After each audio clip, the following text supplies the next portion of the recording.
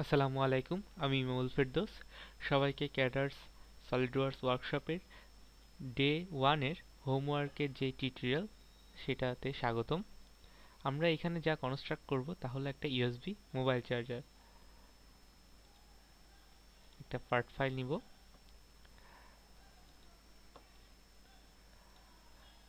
এটা হলো আমাদের টাস্ক। দেখতে পাচ্ছি এখানে বিভিন্ন ধরনের ডাইমেনশন দেওয়া আছে। আমি আস্তে আস্তে এই ডাইমেনশন অনুযায়ী এই মোবাইল চার্জারটা কনস্ট্রাক্ট করব। আরেকটা জিনিস, যা এর মধ্যে অনেক কিছু আছে বা অনেক ফিচার ব্যবহার করা হয়েছে যা হয়তো অজানা রয়ে গিয়েছে, সেগুলো সম্পর্কে একটা ছোট্ট ধারণাও দিয়ে দেওয়া হবে। ধন্যবাদ। আমরা এখন কাজ শুরু করতে যাচ্ছি। এটার জন্য আমাকে প্রথমে যে কাজটা করতে হবে তা হলো একটা ফ্রন্ট প্লেন বা যে কোনো ধরনের একটা প্লেন সিলেক্ট করে নিতে হবে, যাতে আমি এর একটা স্ট্রাকচার ড্র করব। আমি ফ্রন্ট প্লেনেই কাজ করছি। এখান থেকে আমি ভিউতে নিয়ে স্কেচ। আমরা এখানে দেখতে পাচ্ছি যে এই চার্জারের ডাইমেনশনটা দেয়া আছে। এদিকে 600 মিলিমিটার, এদিকে 200 মিলিমিটার। আমার মতে ড্রয়িং করার আগে কোনো অবজেক্টকে ভালোভাবে দেখে নিয়ে বোঝা উচিত যে এটাকে আমরা কোন রেগুলার শেপে কনভার্ট করতে পারি। এই ক্ষেত্রে দেখা যাচ্ছে আমরা এখানে একটা রেক্টেঙ্গুলার বক্সে কনভার্ট যদি করি, তাহলে দেখা যাবে যে আমাদের এই ড্রয়িংটা করতে অনেক সুবিধার হচ্ছে। আমি তাহলে একটা রেক্টেঙ্গল ড্র করব, যার একদিকে থাকবে 600 মিলিমিটার, অন্যদিকে থাকবে 200 মিলিমিটার। আমি লাইন কমান্ড নিচ্ছি। এখানে আমি এই ডাইমেনশনটা ঠিক করার জন্য যে কাজটা করব তা হলো প্রথমে দেখে নিব যে আমার প্রত্যেকটা ডাইমেনশন মিলিমিটারে রয়েছে কিনা। যদি এটা মিলিমিটারে থাকে এবং এই লাইনটা ড্র করার পরে আমি স্মার্ট ডাইমেনশন এই ফিচারটা ইউজ করব। এটার মাধ্যমে আমরা আসলে একটা লাইন বা যে কোনো কিছু ড্র করার পরেও আমরা আমাদের নির্দিষ্ট ডিজায়ার ডাইমেনশন দিয়ে জিনিসটাকে কনভার্ট করতে পারি। দেখা যাচ্ছে আমি যে লাইনটা ড্র করছি সেটা হলো 43.67 মিলিমিটার, বাট আমার এখানে লাগবে হলো 200 মিলিমিটার। দেন এপাশে 600 মিলিমিটার।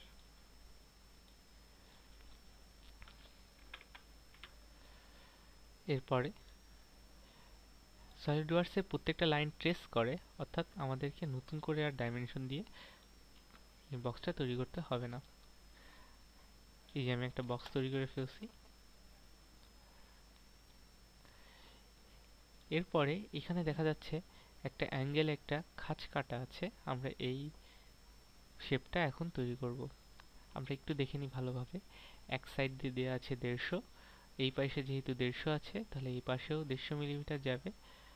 দেন এখান থেকে এই নিচের এজ থেকে এই এজের যে থিকনেসটা দেওয়া আছে তাহলে 26.45 মিলিমিটার। ওকে, তাহলে আমি সহজভাবে এখান থেকে একটা লাইন ড্র করব।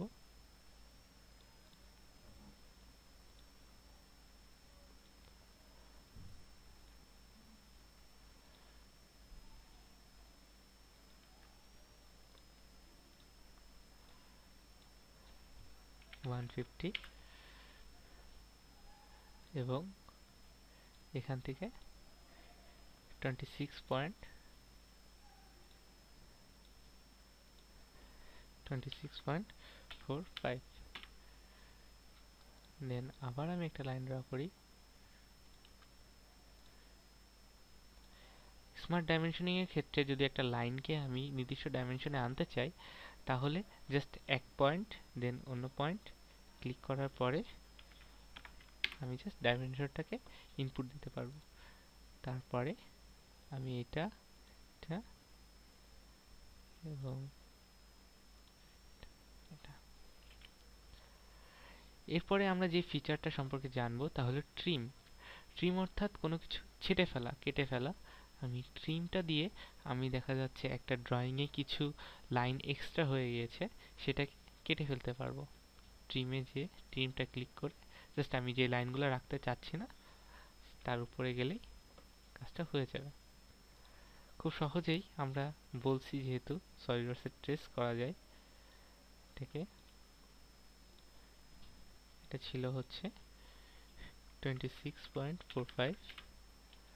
জাস্ট আমাদেরকে এই ডাইমেনশনটা দিলেই হচ্ছে। এখান থেকে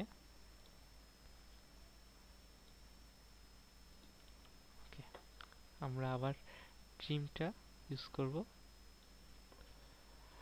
দেখো আমাদের কাজ কিন্তু অলমোস্ট শেষ। ওকে, এবার আমরা এক্সট্রুড করব। আমরা এক্সট্রুড কতটুকু করব?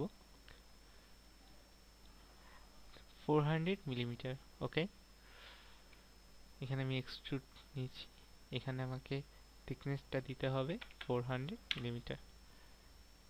ডান। দেখো আমাদের কিন্তু মোটামুটি শেপটা চলে আসছে। এরপর আমরা যে কাজটা করব তা হলো সাইডগুলো ফিলেট করা। ফিলেটটার সম্বন্ধে তোমরা হয়তো আগে থেকে জানো।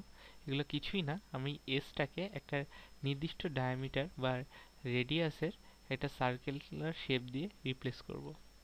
এর জন্য যা করতে হবে, আমাকে ফিচার্স থেকে ফিলেট, এখানে আসছে একটা বক্স, এখানে লেখা আছে আইটেমস টু ফিলেট। ওকে, আমি কোন কোন এসটা ফিলেট করতে চাচ্ছি।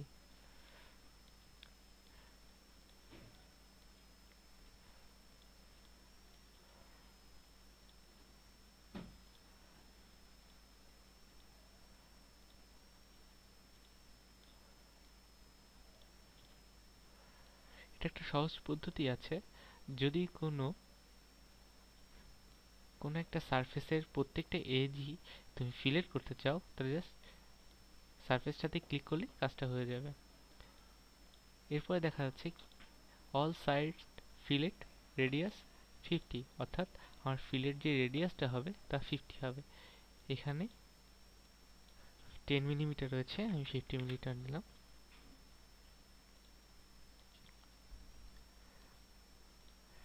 আমাদের কাজ কিন্তু অলমোস্ট কমপ্লিট। এখন আমি এই অংশটা ড্র করব। তার জন্য এর আগেই তোমরা জানো কিভাবে সারফেসে কোনো কিছু ড্র করতে হয়। সারফেসটা ক্লিক করে স্কেচ,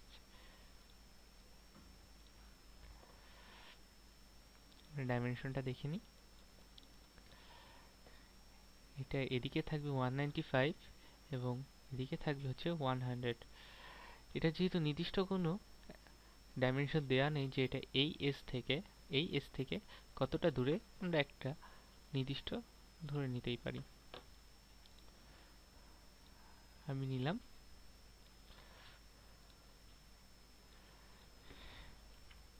30।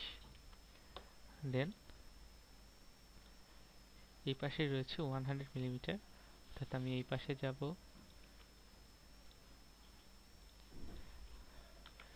50।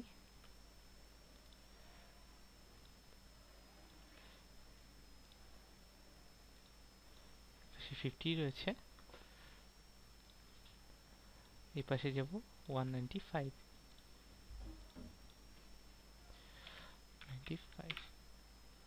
ওকে, যেহেতু ট্রেস রয়েছে, ট্রেস করে আমরা জিনিসটা তৈরি করে ফেললাম। আমরা এক্সট্রুড করব। এক্সট্রুডের ক্ষেত্রে দেখা যাচ্ছে এই জিনিসটা সহজে এক্সট্রুড হচ্ছে না। এখানে একটা এক্সট্রুডের নতুন অপশন রয়েছে, তা হলো সিলেক্ট কন্ট্রিবিউটস। অর্থাৎ অনেক ক্ষেত্রে দেখা যায় যে তুমি যে জিনিসটা এক্সট্রুড করতে যাচ্ছ সেটা ঠিকভাবে পাচ্ছে না, তখন ম্যানুয়ালি সিলেক্ট কন্ট্রিবিউটে ক্লিক করলেই এটা পেয়ে গিয়েছে। এটা কতটুকু রয়েছে? 180। ওকে, আমি 180।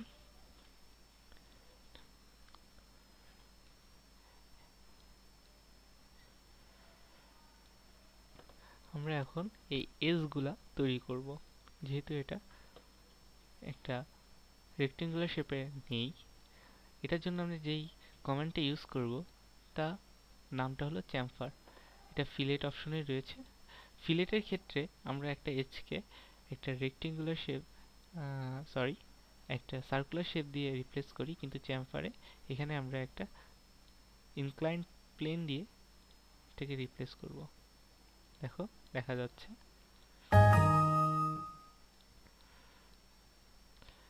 45 ডিগ্রিতে রয়েছে, এটা হবে 30 মিলিমিটার। ওকে, দেখো আমাদের কাজ কিন্তু শেষ। এরপর আমি এই দুটো পিন ড্র করব। পিন ড্রয়ের ক্ষেত্রে দেখা যাচ্ছে যে প্রত্যেকটা পিনের মধ্যবর্তী দূরত্ব দেওয়া আছে 100 মিলিমিটার। সেই ক্ষেত্রে আমি এই স্কেচ ওকে, আমরা এখন এই সারফেসের উপরে পিনটা ড্র করব। পিনটা এখানে দেখো দুটো রেডিয়াস রয়েছে, একটা রয়েছে 15, একটা 13.75। ওকে, আমি জাস্ট এটাকে আপার সাইড নিলাম। যেহেতু এখানে দুটো মধ্যবর্তী দূরত্ব আমি আগেই বলেছি 100 মিলিমিটার রয়েছে, তাহলে আমি ঠিক এর মাঝখান থেকে একটা লাইন ড্র করব। এর মাঝ থেকে এদিকে যাবে 50,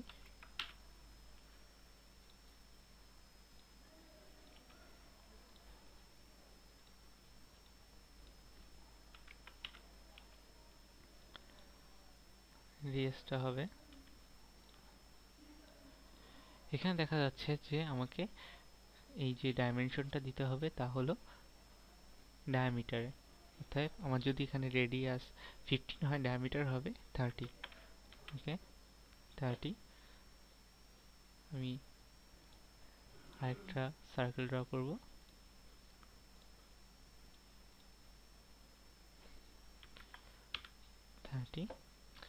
যেহেতু আমার এই লাইনগুলো আর লাগছে না, আমি জাস্ট এটাকে ডিলিট করে দিলাম।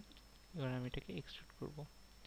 করার ক্ষেত্রে আমাদেরকে দেখতে হবে যে এখানে পুরোটা রয়েছে 150 এবং একটা অংশ রয়েছে 50, অর্থাৎ প্রত্যেকটা অংশ হবে 50 মিলিমিটার করে। ওকে, আমি এটা তাহলে 50 মিলিমিটার এক্সট্রুড করি।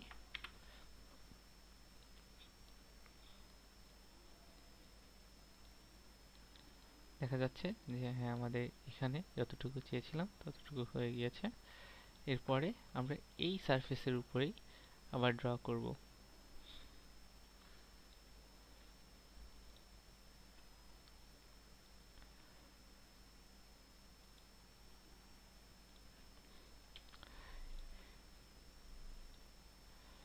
এক্ষেত্রে আমাদের ছিল 13.75। এখানে আমি যদি রেডিয়াস না দিয়ে ডায়ামিটার দিতে চাই তা হবে 27.5, এবং এক্ষেত্রেও এটা হবে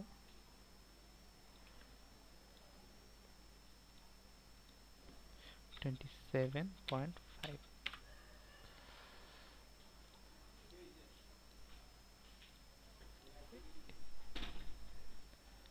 আমরা এটাকে এক্সট্রুড করছি, এটা হবে 50। ওকে, এখানে 50 রয়েছে। ডিফারেন্সটা একটু কাছে আনলে দেখা যাবে যে এতটুকু ডিফারেন্স রয়েছে। এরপর আমাদের এই সার্কেলের উপরে আবার একটা সার্কেল ড্র করে এক্সট্রুড করতে হবে।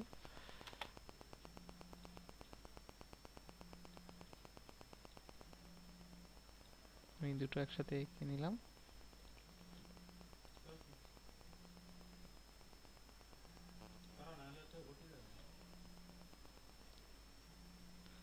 ওকে, এটা হবে আবার 30।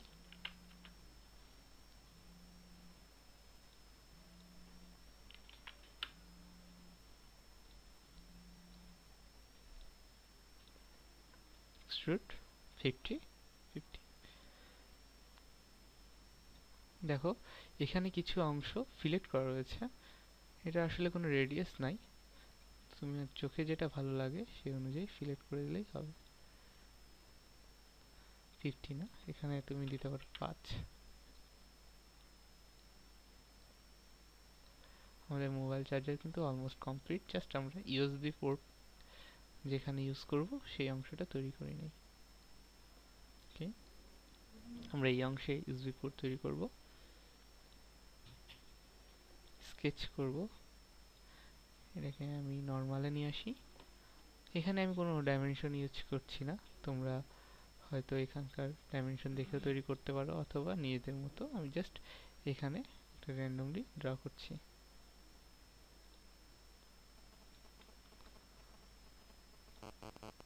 এটা রয়েছে 100 অ্যান্ড এটা রয়েছে 50।